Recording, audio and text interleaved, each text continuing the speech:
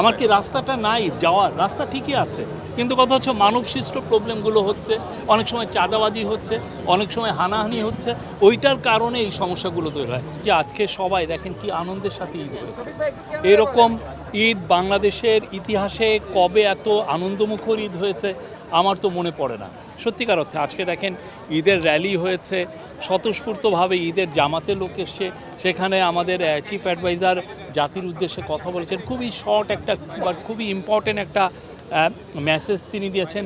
সবাইকে বলেছেন যে ভেদাভেদ ভুলে যে আমরা যাতে সবাই ঐক্যবদ্ধ হয়ে নতুন বাংলাদেশ যাতে গড়ে তুলি। এই যে মেসেজটা এটা খুব পাওয়ারফুল, এবং একই মেসেজ উনি আজকে রিপিট করলেন। এই যে এখন যে রিসেপশনটা উনি হোস্ট করলেন এই তেজগাঁওয়ে ওনার প্রধান উপদেষ্টার কার্যালয়ে, যেটা ইয়ে হলো এখন সমাজের সমস্ত গণ্যমান্য সমস্ত ব্যক্তিরা এসছেন।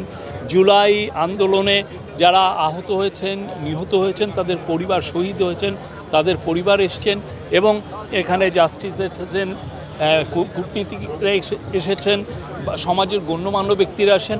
সবার জন্য ওনার একটাই মেসেজ যে বাংলাদেশকে ঐক্যবদ্ধ হতে হবে। আমরা Bangladesh cannot afford to be divided. সেই জায়গায় থেকে আমরা সবাই একসাথে যাতে কাজ করি, এবং এই যে ঈদের আনন্দ যাতে সবাই আমরা ভাগ করে নিই, আমরা যেন কেউ কাউকে দূরে সরিয়ে না রাখি, এটাই হলো মেসেজ। এবং আমাদের নতুন একটা বাংলাদেশ করতে হবে যেটা খুব মহৎ, বলিয়ান। এবং আপনি জানেন আমরা 300 বছর আগে আমরা সবথেকে রিচেস্ট ন্যাশন ছিলাম। 300 বছর আগে, এমন খুব যে বেশি দূরে তা না, পুরো আপনি দেখেন। কিন্তু এখন আমরা দেখেন অনেক দেশের থেকে আমরা পিছিয়ে পড়েছি। আমরা যেন সেই ঋত গৌরব, যে গৌরবটা আমরা হারিয়েছি, সেটা যেন আমরা পুনরুদ্ধার করি। ঈদের মেসেজটা খুব সিম্পল এবং ক্লিয়ার। এবং সবাইকে কালকে দেখেন চাঁদ রাতের কি সুন্দর আমরা সাংস্কৃতিক একটা আয়োজন হয়েছে।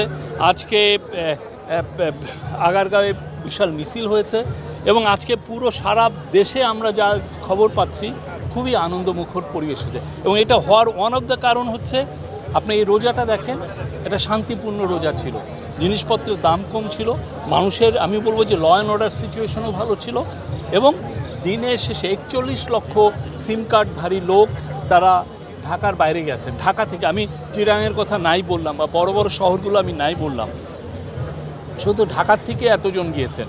তো এই যে নির্বিঘ্নে গিয়েছেন, কেউ বলেছে যে আমি 19 ঘন্টা মাইক্রোবাসের মধ্যে আছি, বাসে আটকে আছি, কোথাও কোনো কথা শুনেছেন? ফলে যেটা হচ্ছে যে এই আনন্দটা সবার জন্য এবার আনন্দ ছিল। একজন লোক যদি 19 ঘন্টা রাস্তায় আটকে থেকে বাসায় যায়, তখন আর তার ঈদের আনন্দ থাকে না। আর এই যে আটকে থাকাটা, এটার অনেকটা কারণ তো হচ্ছে যে সিস্টেমেটিক সমস্যা, সিন্ডিকেটদের সমস্যা।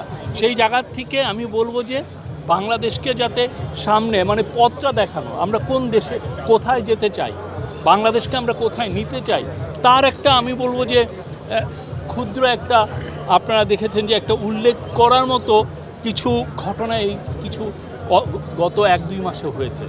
আমাদের তারপরেও আমাদের ফোকাসটা থাকবে ল অ্যান্ড অর্ডার সিচুয়েশনটা ভালো করা, বাংলাদেশের প্রত্যেকটা ইনস্টিটিউশনকে বলিয়ান করা, এবং আমরা সবাই যদি ইউনাইটেড হই। স্যার বারবার ইউনাইটেড হওয়ার কথা বলছেন, ঐক্যের কথা বলছেন, আমরা সবাই ঐক্য হয়ে যাতে জাতিকে আবার গঠন করি, বাংলাদেশের গৌরবটাকে আবার আমরা ফিরিয়ে আনি, এটা হচ্ছে ঈদের মেসেজ। এবং আমরা মনে হয় যে সামনে আমরা এটা পারব। শফিক ভাই, প্রতি বছর আমরা দেখি, আমি নিজেও অনেকবার কভার করেছি যে ঈদের দিনে অনেকেই ঠিক রাস্তায় তাদের ঈদের জামাত পড়তো, মানে ঈদ যাত্রার সময় তারা বাড়ি যাবে, তাদের কুড়িগ্রাম হোক চিরং, যেখানে রাস্তার মধ্যে তারা আপনার ঈদের জামাত পড়তো। আমরাও সেই নিউজ কভার করেছি, এমন রাস্তার অবস্থা 2 দিন লাগতো।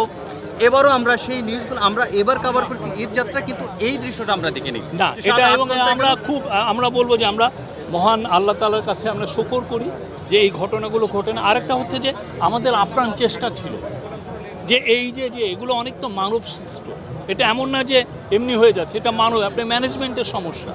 আমার কি রাস্তাটা নাই যাওয়ার? রাস্তা ঠিকই আছে, কিন্তু কথা হচ্ছে মানব সৃষ্ট প্রবলেমগুলো হচ্ছে, অনেক সময় চাঁদাবাজি হচ্ছে, অনেক সময় হানাহানি হচ্ছে, ওইটার কারণে এই সমস্যাগুলো তৈরি হয়। আমরা চেষ্টা করেছি মানুষের জীবনযাত্রাকে, মানুষের যাত্রাকে, ঈদের যে আনন্দের যাত্রাকে যতটা আনন্দময় করা যায়, যতটা হ্যাসেল ফ্রি করা যায়, সেই জিনিসটা আমাদের চেষ্টা ছিল। এবং আমাদের বলবো যে যিনি রেলওয়ে রোডস এবং যে মন্ত্রণালয় যিনি ফজল কবির খান, আমি বলবো যে উনি 24 ঘন্টা মনিটর করেছেন।